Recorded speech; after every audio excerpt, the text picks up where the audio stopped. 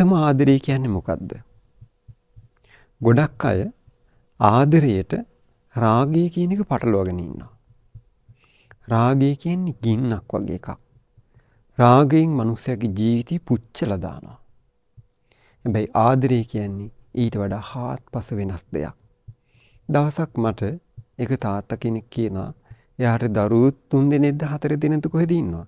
හැබැයි ආදරය කියන්නේ මොකද්ද කියලා ස්වාමීන් වහන්සේ තාම තේරෙන්නේ නැහැ කිව්වා. එතකොට ආදරය කියලා කියන්නේ ඇත්තටම ಗುಣධර්ම වල එකතුවක්. ගොඩාක් ಗುಣ සම්පන්නයි නම් ඒ ಗುಣධර්ම මුල් කරගෙන තමයි ඇත්තම ආදරය කියන්නේ මොකද්ද කියලා Tamanට තීරුම් ගන්න අවස්ථාව ලැබෙන්නේ.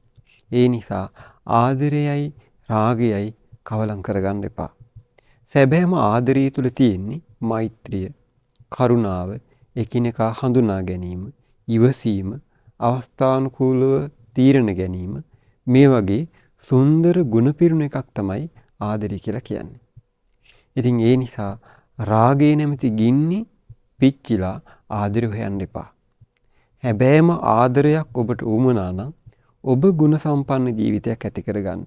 ඔබේ හිත මෛත්‍රියෙන්, කරුණාවෙන්, ඒ වගේම ඉවසීමෙන් ජීවිතයේ ගුණධර්මම පුරුදු කරන්න.